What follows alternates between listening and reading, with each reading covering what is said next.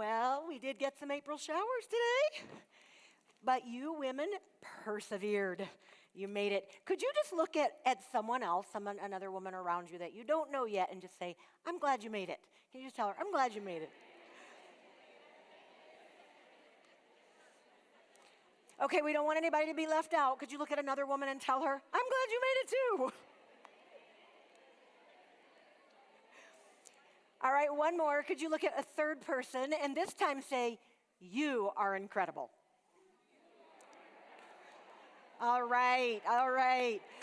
Okay, now to yourself, whatever your name is, could you say to yourself, self, you are incredible. You ready? Self, you are incredible. You are. My running partner, sometimes when we run in the rain, she'll say, we are intrepid. And I'm like, I don't really know what that means, but yes, we are intrepid, whatever that is. We've got some women joining us up in the venue. Can we just welcome them? We're glad you're here and there. We're glad, yeah, hi. And then for those of you joining us online too, Carol and Sharon and whoever else is watching us online, wish you could be here in person with us, but we love you and we're glad that you're with us there. So, yeah, so glad you made it out tonight. I was talking to does anybody else love April Fool's Day? One hand went way up over here. That was like one of my favorite days of the year when my kids were young and they were still home. It was just so fun to think of things to do to them. But I was talking to my youngest daughter the other day. She lives in France. And I asked her, I said, so do they do April Fool's Day in France? And she said, they have Fish of April Day. Fish of April Day. So what they do is they cut out little paper fish and they stick them on people's backs. So like the key is, that you're not supposed to let someone know that they've got a fish on their back, and then everybody laughs at them because they have a fish on their back. So next year, if you see me going around putting fish on people's backs, you'll know why. It's Fish of April Day. There's one that someone sent me this April Fool's Day, and I thought, oh, I wish I had known this one when my kids were home.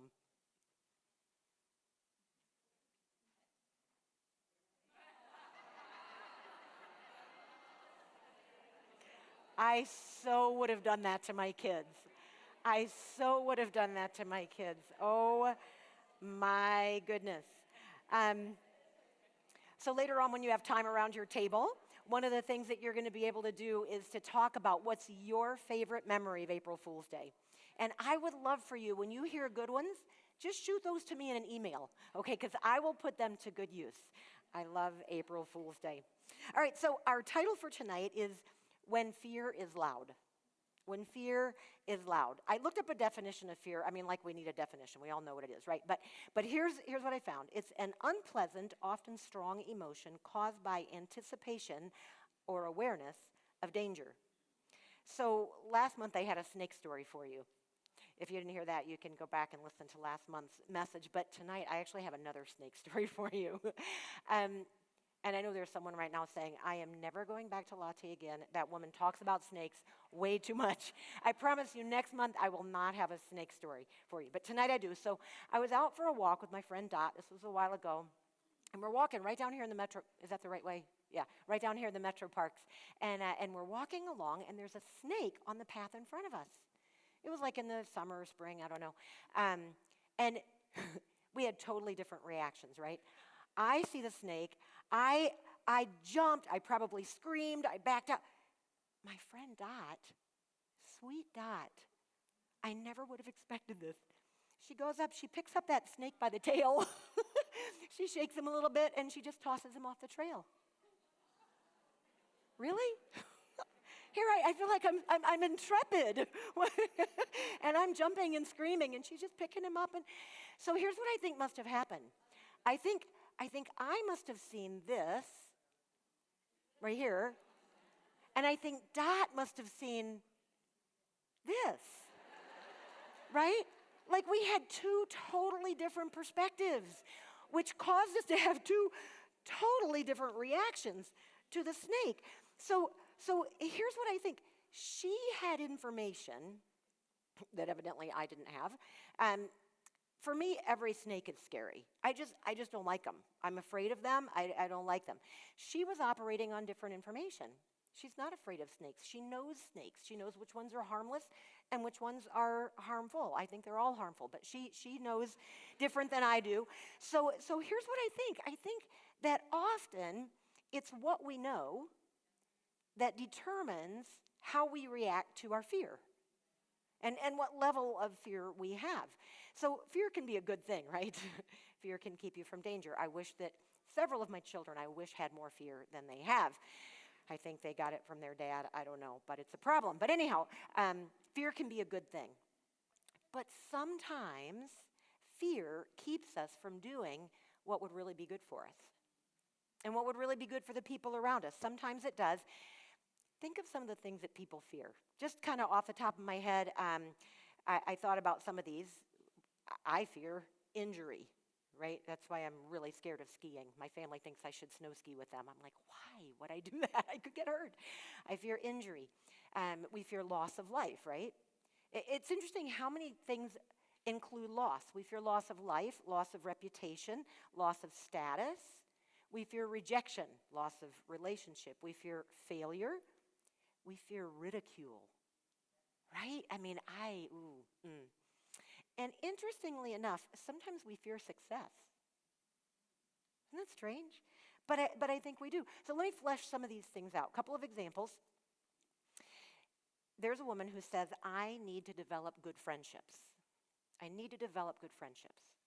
So she meets someone, maybe at Latte, and she thinks, I like that person. I would like to get to know that person. Maybe I should invite them out for coffee. But what happens? What if she doesn't want to go out to coffee with me? And that fear of rejection starts in. What if I ask her and she says no? What if I ask her and she says yes, but it's not that she really wants to go. She just doesn't know how to say no, right? And that fear of rejection starts to drive whether or not she'll invite that person out to coffee. Could be that other person really wants to get to know her too, but that fear of rejection can drive. Okay, second scenario. My friend, we'll call her Anne. My friend Anne is in a work environment that's just abusive. It's just abusive. And so in her mind, she's thinking, next time my boss treats me with disrespect and devalues me in the way that he speaks to me, I am going to talk to him about it. It happens again, but she doesn't say anything. Why? Because that fear of, what if I lose my job? What if it doesn't come out right? What if I sound stupid by what I'm saying? What if he blows up? All the fear of what might happen keeps her from that courageous conversation. Third situation, a friend that I'll call Tina. Tina grew up in a home that was way less than healthy. Tina knows that she needs to do some work on healing, right? She needs to make some space to find some healing in her life. And so she wants to go see a counselor. She wants to go to Making Peace that we have here, this retreat. And what happens? The fear begins to talk to her. Oh, if you have to start looking at the hard things that you've been through, that's going to be really tough. What'll happen if you go, and the fear begins to talk to her and affects the decision that she makes. Okay, here's a personal one for me. This one happened to me a number of years ago. I went to Macy's to get something one of my kids needed, and I'm standing in line, and there's one man in front of me at the register. And I don't remember what happened, if he handed her the wrong credit card or if he didn't have enough money. I don't remember what happened, but all of a sudden this grown man starts spiraling downward. And out loud, he just starts saying, I'm so stupid. I'm really sorry. I'm just so stupid. And I'm standing there watching this happen. I knew that I should say to that man, sir, it's okay. You're not stupid. I do things like that too. I knew that I should say something to him to encourage him and something happened in me. I don't know what I was afraid of. Maybe that I would seem, I don't know. I don't know what stopped me. Some kind of a fear inside of me stopped me from encouraging that man. I should have spoken up and I didn't. There are other times too, like, I've been in a group of people and someone had started gossiping about someone or making fun of someone and I knew that I should speak up. What was it that kept me? Fear of how they would respond to me? Would I lose my place in the circle? Those kinds of fears that come up within us and keep us from doing what we really should do. So tonight, we're going to be inspired by some women who, they knew something. They knew something. And what they knew determined how they responded to their fear. They knew something. So we're going to do just a quick history here. If you're new to the Bible, it can be a really overwhelming book. It's a big book, right? Maybe if you've been around the Bible for a long time. I've been around the Bible for a long time. It's still overwhelming to me sometimes. It's a big book. It's divided into two big parts, the Old Testament, the New Testament. The Old Testament tells us all the way up until Jesus was born. So it starts with creation, and it follows the history of the people who lived in a land called Israel. Why? Because it was through those people that Jesus would be born. So like Jen said a little bit ago, the whole Old Testament points to Jesus coming. Then the New Testament picks up when Jesus is born, tells us about when Jesus lived on earth and how we as his followers can live following him. So the Old Testament, the New Testament, then it's broken down into 66 parts, each one called books, each one has a name, the 66 books of the Bible. So tonight we're going to go way back to almost the beginning of the Old Testament, to the book of Exodus, second book of the Bible. So way back to the beginning. We're going to dive in there and kind of get the setting, let you get your bearings, and then we're going to meet these women who are heroes. And I have been so inspired by them as I've been prepping for tonight, and I think you're going to be too. And we're going to see how what they knew affected how they lived, and how that can be an inspiration to us in the way that we live as well. So we'll throw a map up here to get a little bit of bearings here, and we'll get our bearings. So the Israelites had come from where they lived near the Jordan River. They had ended up in Egypt. They came there originally for food. You can read about this in the book of Genesis, and they ended up staying there. And it was good. Life in Egypt was good for a long time, for centuries. It was good. The Israelites multiplied. In fact, one version of the Bible says this. It says there was a veritable population explosion. The Israelites multiplied in Egypt. But eventually, there was a Pharaoh who came into power, he was really intimidated by these Israelites. So you know what he did? He decided to enslave them, to get them under his thumb, to get them under control, to make them his slaves. And here's what the Bible tells us, that he put brutal slave drivers over them. Listen to what he was hoping to do. Hoping to wear them down under heavy burdens. That was his goal. So life went from good for the Israelites to pretty bad for the Israelites. Here's what the Bible tells us. But the more they were oppressed, the more they multiplied and spread. And so the Egyptians came to dread the Israelites and worked them ruthlessly. They made their lives bitter with harsh labor and brick and mortar and with all kinds of work in the fields, and all their harsh labor, the Egyptians worked them ruthlessly.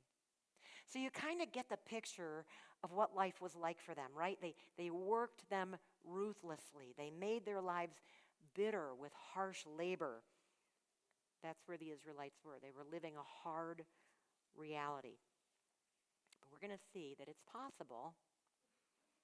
So sometimes we can change our circumstances, right? And sometimes we can't. It's possible, even in awful circumstances, it's possible to grow in our faith. Here's where we meet two of our heroes, and we're going to see what happened with them. They have great names. Their names are Shiphrah and Puah. So, any of you expecting a baby girl? You can even use it like first and middle name, Shiphrah, Puah. I don't know. So to get to know them, we're going to watch a little 2-minute video, and it's an animated video. But keep in mind, this is not like a story. This is an account of history. And I'll just give you a little heads up. They pronounce some of the names in the Hebrew instead of in the English. So when they say Paro, they mean Pharaoh. All right. So here we go. Meet Shiphrah and Puah. When we first see them at the beginning of the Exodus story, they're introduced as humble midwives, Hameyaladot ha'ivriot. This can mean the Israelite midwives or the midwives of the Israelites, which is a very important difference. They help mothers deliver babies, and they're important here because Paro's murderous plan to kill the Israelite baby boys involves midwives. He tells them, "Here's what you have to do. When an Israelite woman is giving birth, check to see if it's a boy or a girl. If it's a boy, kill it. Tell her that the baby was born dead. If it's a girl, let it live." Initially, we have every reason to think the midwives will go ahead with this plan. Paro has the power to kill people. He's able to afflict an entire nation. It would take a lot of courage to stand up to Paro, but that's exactly what Shiphrah and Puah do. The Torah tells us that they feared God, and because of that, they let the babies live. When Paro confronts them, they bravely lie, telling him that by the time they get to the Israelite women, they've already given birth and haven't had the opportunity to carry out the orders. Paro is forced to move to his next plan, to throw the baby boys into the Nile. But who knows how many babies Shiphrah and Puah managed to save in the meantime? There are two traditional ways to read the story of Shiphrah and Puah. In the first read, Shiphrah and Puah are themselves actual Israelite women. They're standing up for their friends and family, willing to risk death so that their people don't suffer. The confusing part of seeing them as Israelites is why Paro would have thought they'd carry out his plan at all. One possible reason, Paro assumes that everyone is afraid of him, and he doesn't think that people have courage of their own or that they're willing to take a stand for what they believe is right. Another possible reason is that historically, the Israelites haven't always been great about protecting each other. After all, the way the Israelites wound up in Egypt in the first place was because Joseph's brothers sold him into slavery. Maybe Paro figures that this is a people who don't look out for each other. Shiphrah and Puah are the first to prove that maybe that's not true. The second way of reading the story and the phrase Hamialadot Ha'ivriot is that Shiphrah and Puah are Egyptian midwives who help Israelite women give birth. In some ways, this reading of the story makes a lot more sense. Of course, Paro would assume that Egyptian midwives would be willing to carry out his order and kill Israelite babies. Why would they not? Like the rest of the Egyptians, Paro figures these midwives are afraid of the Israelites and willing to do whatever it takes to make sure that they're controlled. Wouldn't that be great if that's how babies were born? The baby just pops out and the mom's smiling and it's all great. Oh, okay, so the point of the story is not to encourage us to lie. That's not the point of the story. It's this. The most powerful human in the world at that time, the most powerful country at that time, commanded these women, Shiphrah and Puah, to do something awful, to do something horrible. But these women knew something. They knew something. And what they knew to be true drowned out the fear that they had to have had in that situation. They had such high regard for God that voice of fear was just drowned out. I love that moment in the video when they make the choice to act on what they knew to be true, right? They decide that fear is not going to be their boss, right? And they have this expression here, right? They're like, "We are determined. We're not scared of you, Pharaoh." Can you look at someone at your table and just say, "I'm not scared of you"?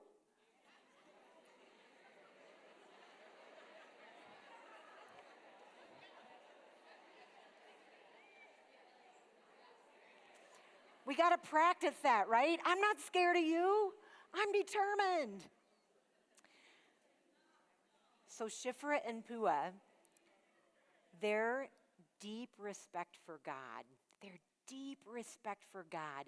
set them free to do what they knew was right. They were not going to be ruled by their fear. I'm not scared of you. I'm determined. It was such an incredibly courageous thing for them to do. Really, they put their lives at risk for those vulnerable babies and those vulnerable women. Shiphrah and Puah, they're heroes. They're heroes.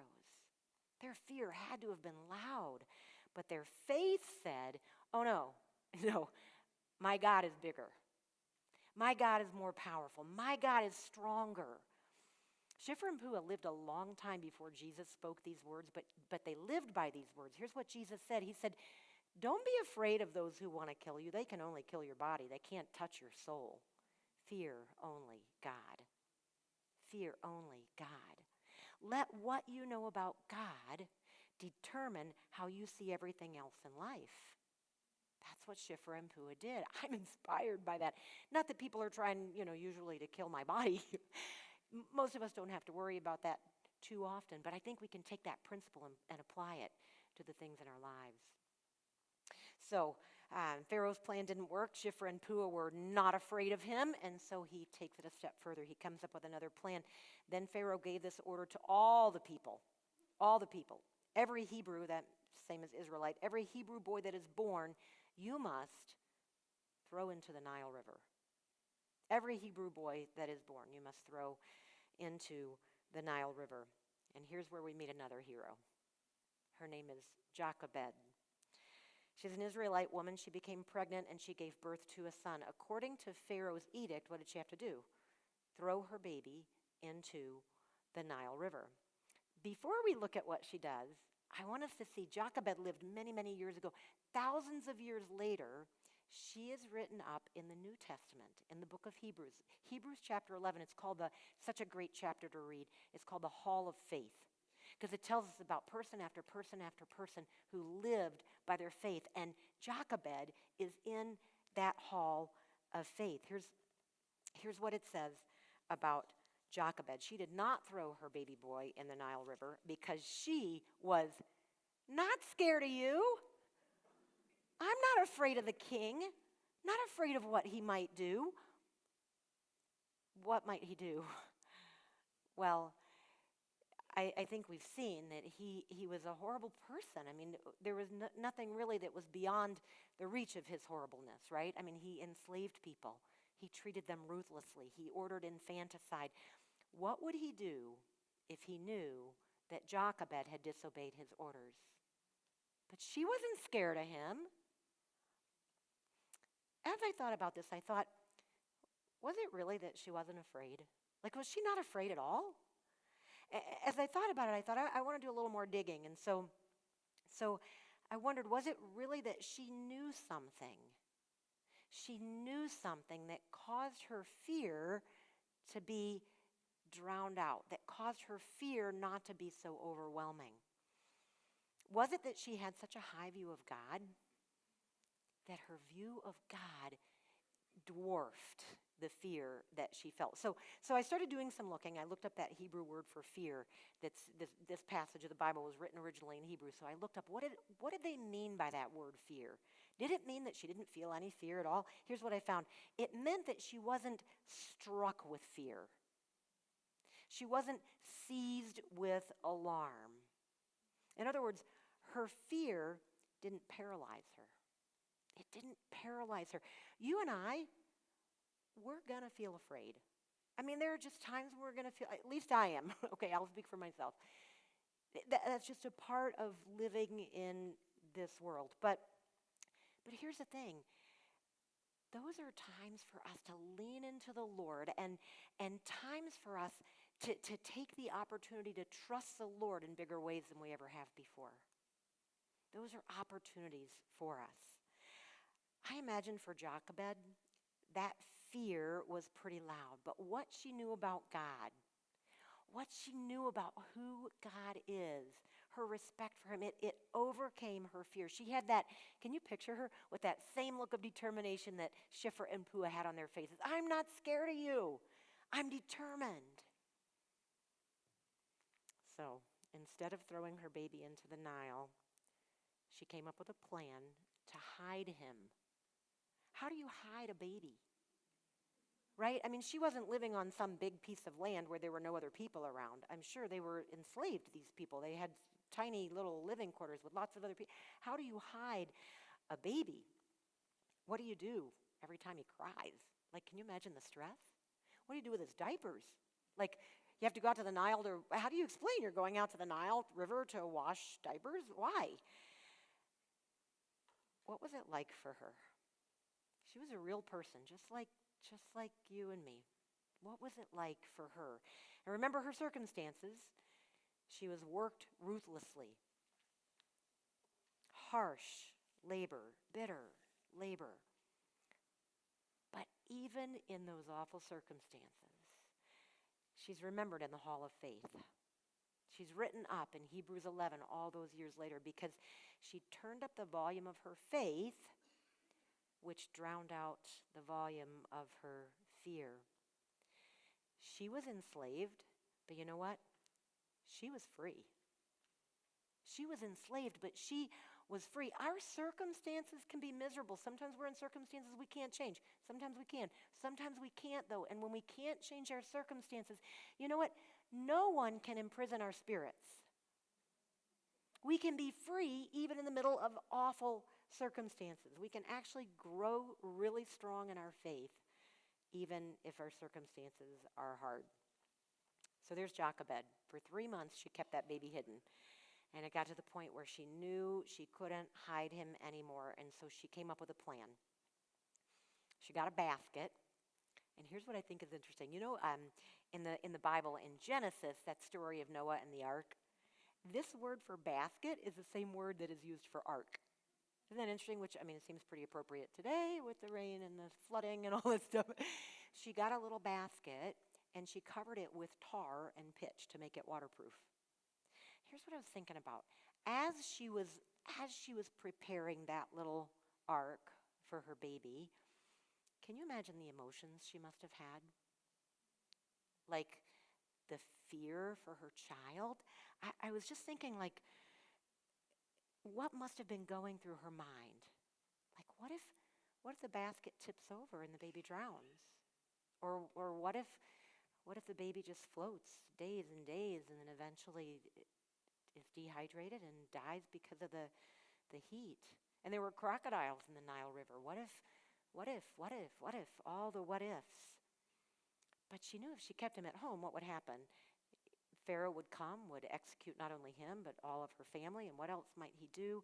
There was a time that she just had to move forward and do what she thought was best. And I can imagine it must have been the darkest day of her life.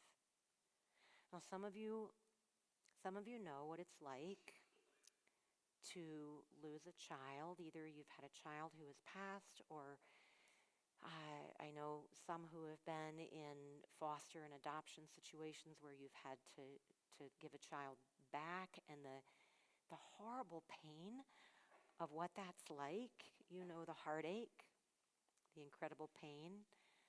Jochebed didn't understand why all this was happening. The pain was awful, and some of you can really relate to what she was going through.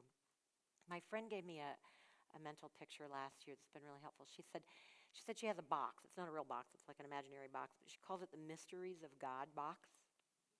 And she says, when I don't understand something, I just take it and I just put it in that Mysteries of God box. And I figure someday he'll let me understand. But for now, I'm just going to put it over in that box. And that's been helpful to me because there are plenty of things in life that I don't like, I don't understand. You know, I talk to the Lord, I've got a really good plan, Lord. Why aren't you listening to my ideas? Things that I don't like, that I can just say, okay, I don't understand this. That's going to go in the Mysteries of God box for right now. Can't wrap my brain around it, so I'm going to put it in that box. I can't imagine what it was like for Jochebed. I hope she had a Mystery of God box, you know, where she could take that and say, I don't understand this, God. I'm going to put it over in here. So she takes her child, she puts him in his little basket, and she puts that basket among the reeds at the bank of the Nile River. You know, the Bible tells us that in this world we will have trouble. In this world we will have trouble. And Jochebed experienced the truth of that. Here's the thing. Sometimes we think, someone was just saying to me the other day, but I've prayed to the Lord about this and he hasn't answered it. I remember one of our kids used to tell us, you're not listening to me. And we'd say, oh no, we're listening to you. We're just not doing what you want us to do. The Lord doesn't always work out our circumstances the way that we wish he would. He doesn't always work out our circumstances the way that we wish that he would. And sometimes that is just really hard. But here's the thing. He sees the future. He sees the big picture. In this story, here's what I really like. he gives us a peek into what he had up his sleeve. So let's see what he does. You probably know the baby we're talking about is Moses, baby Moses. And he grew up to be an incredible person. Maybe you know what happened from here. God did something really amazing. So Jochebed put her baby in that little basket, put the basket in the river, the little ark in the water, and the baby's sister stood at a distance, watching to see what would happen to him. God's giving us the sound effects, the rain out here coming down. Where do you think Jochebed was? The sister was there watching, but where was Jochebed? Was she hiding somewhere watching too? Or wherever she was, I'm sure she was praying. Or was she out in the fields? Remember, she was enslaved. She was not free to be where she wanted to be. So was she out working in the fields, praying for her child, not knowing what was happening? But the sister was watching. Soon after this, one of Pharaoh's daughters came down to bathe in the river. And when this princess saw the little basket among the reeds, she told one of her servant girls to get it for her. As the princess opened it, she found the baby boy, and his helpless cries touched her heart. And she said, "He must be one of the Hebrew children." Now, I think this princess gets a little bit of status as a hero here. I think she does, because she had enough of a soft heart. You know, often there's something in us that says, us and them. Like, here's me and my people, and there's them and their people, right? And we don't see each other as being equals. But even though she was a princess, even though she was like in the ruling group or whatever, and she knew that he was a Hebrew baby, or she figured he was, her heart went out to him. So I give her a little bit of hero status there. Her heart was touched. Then the baby's sister, approached the princess and said, "Should I go and find," I love this question, "should I go and find one of the Hebrew women to nurse the baby for you?" I actually think the sister gets a little bit of hero status here too, right? I think she was probably about 10. That's what the commentators say that I read. And she goes up to this princess, the daughter of the king, who's ruthlessly killing her people. She has the gumption to go up to this princess and say, "Princess, would you like for me to go find a Hebrew woman to nurse the baby for you?" I think she gets a little bit of hero status for that. She's got some, "I'm not scared of you," in her too. And the princess says, "Yes, do." And so the girl went. And who did she get? The baby's mother, Jochebed. So Jochebed comes to the princess. And the princess says to Jochebed, this is so great. You know, I can just see God saying, "Look what I got up my sleeve here." Look what I got up my sleeve. The princess says to Jochebed, "Take this child home and nurse him for me. And I will pay you for your help." So the baby's mother took her baby home and nursed him. And you know, back then, babies were nursed until they were 5, 7. So she had a lot of years raising her own baby. Not only did the baby survive, but he was given back to his mom, and she gets paid to raise him. Isn't that a great story? We never know what God is going to do. We just never know what God is going to do. And here's what I'm not saying. I'm not saying, "Oh, just do the right thing and God will make everything work out." Empirical evidence doesn't back that up. I've been around long enough to know there are a lot of people that do the right thing and things don't work out. It doesn't all get tied up in a pretty bow. B, the Bible doesn't teach that. If you flip over to the Hall of Faith in Hebrews chapter 11, you read the right thing that a lot of those people did, and you see that they didn't get good things in the end. Well, in the very end, they will. But in this life, they didn't. They got some pretty awful things. So I'm not saying just do the right thing and everything will work out. What I am saying is when we know the Lord, we can entrust ourselves to him. We don't know what he's going to do. It might be something we like. It might be something we don't like. In this situation, it's pretty fun to see how God had some pretty sweet ways of doing things. So Jochebed had those formative years to raise her own son, to nurture him. She knew she was going to have to give him back. She had that time to teach him what she needed to teach him, though, and to point his eyes to the Lord and to explain to him who God is and how he's faithful and how even in awful circumstances you can grow in your faith and all those things she had the time to do. And then came the day, the second time Jochebed had to give up her son. When the child grew older, she took him to Pharaoh's daughter, and can you imagine how hard this must have been? And he became her son. She took him to Pharaoh's daughter, and he became her son. What an awful, difficult day for Jochebed. So the princess named him Moses, and Moses became what one commentator said, one of the greatest national leaders and legislators the world has ever known. Moses grew up. He became the one that God used to set the Israelites free from slavery, and he lived with the same courage that he saw in his mom.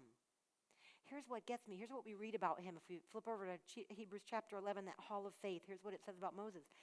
It was by faith that Moses left the land of Egypt. He was what? I'm not afraid of you. He was not afraid of the king. Moses kept right on going because he kept his eyes on the one who is invisible. He kept his eyes on the one who is invisible. Can you imagine how many times Jochebed must have said that to him? Moses, keep your eyes on the one who is invisible. Keep your eyes on God. So it's not really about turning down the noise of fear. You know, when we feel afraid of things, it's not really about saying, I'm not going to be afraid of that. It's not about turning that down because we're going to feel fear. No, it's about keeping our eyes on the one who's invisible. It's about turning up our faith. So as we close, I want to just give 4 ways that we can do that, 4 ways we can turn up our faith. The first is this. Deal with anything that interferes with your faith. Deal with anything that interferes with your faith. Right after we read about the hall of faith in Hebrews chapter 11, we go to Hebrews chapter 12. And in Hebrews chapter 12, here's what it tells us. Strip off every weight that slows you down, especially the sin that so easily hinders our progress, and let us run with endurance the race that God has set before us. We do this by keeping our eyes on Jesus, keeping our eyes on the one who is invisible. What does that mean? Throw off every weight. I mean, the verse mentions their sin, of course, like anything that is out of line of what God wants for us. Throw that away, throw that off. But what about the rest of the weight? I really think it's anything that keeps us, anything that prevents us from keeping our eyes on Jesus. Get rid of that. And that's going to be different for different ones of us, right? It's a self-examination of what is it that's keeping me from focusing on Jesus. So I'll give one example of what I think is a weight for a lot of people in 2022. You might be surprised by it.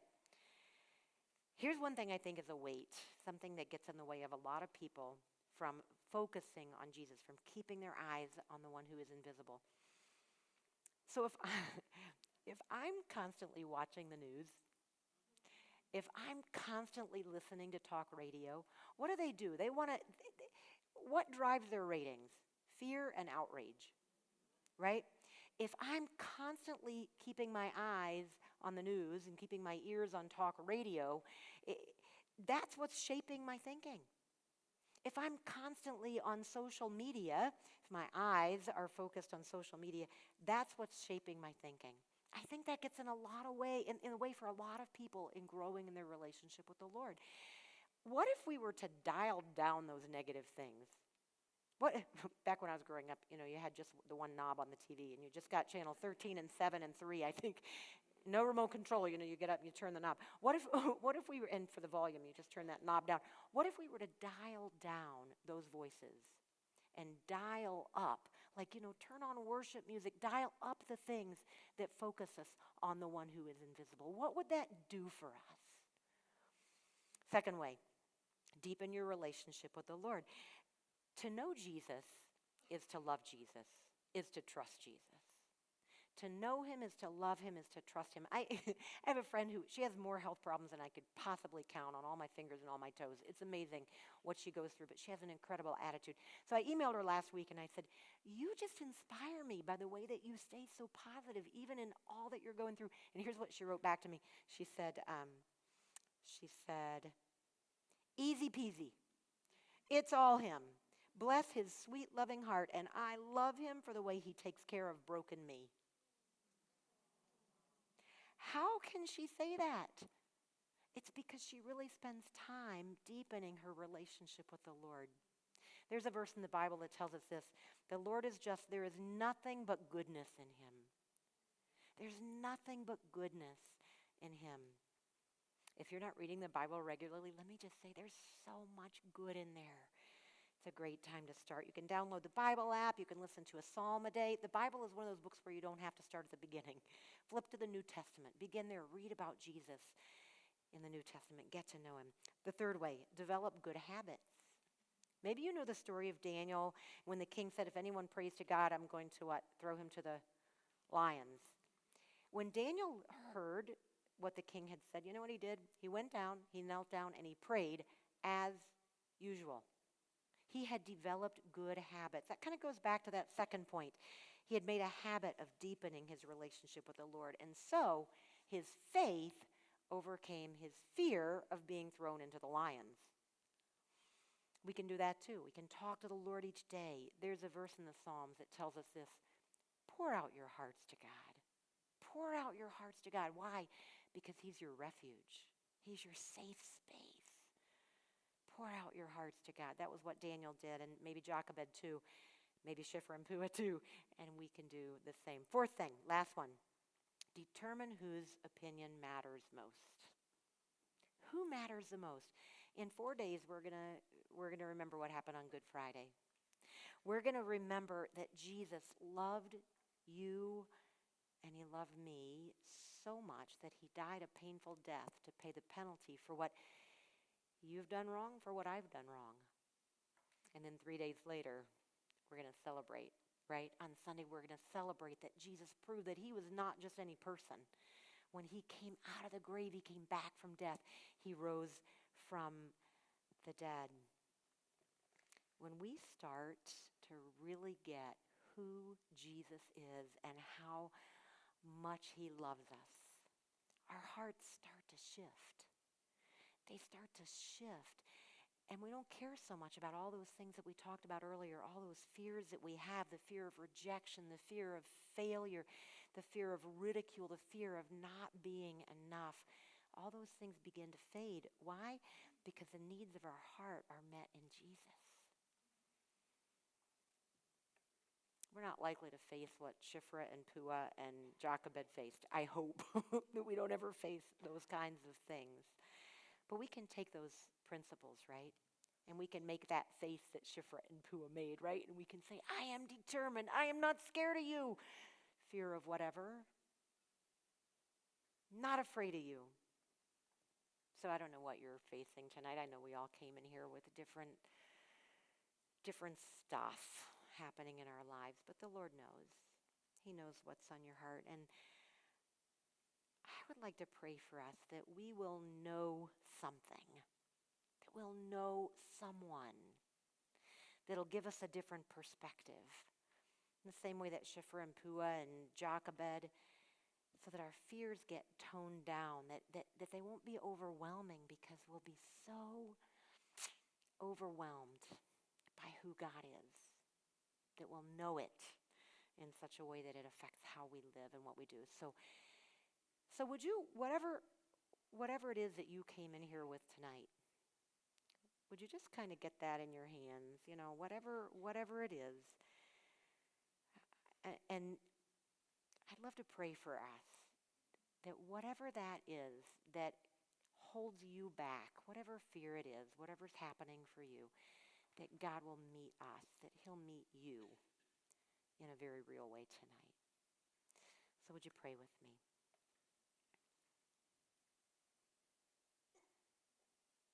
You're so good, God. The Bible tells us that there's nothing but goodness in you. And we don't always understand who you are. And so I pray that tonight you'll show us your goodness. You'll let us see that in real sweet ways. Lord, you know what every woman has in her hand right now. And I pray that you'll meet each one in an individual, very sweet way tonight. that you'll pour out your love, that you'll convince us again that you are our refuge, that you're our safe space. Lord, I know for myself, I really need you. I really need to know that you'll never reject me, so I don't fear that from other people. Whatever it is for each of my sisters here, Lord, would you meet us in a very real way? Thank you for these examples that we've seen tonight, and I pray for the discussion around the tables that it'll just be a really good time. No judgment, no criticism, no airing of opinions, just sharing from the heart, laughing together, maybe crying together, whatever needs to happen tonight. In your name, Jesus. Amen. Can we just say our memory verse together? And then you can talk. You ready? Be strong and courageous. Do not be afraid. Do not be discouraged. For the Lord your God will be with you wherever you go. Joshua 1:9. All right, have a great time talking with each other. Thanks for coming tonight. Amazing ladies.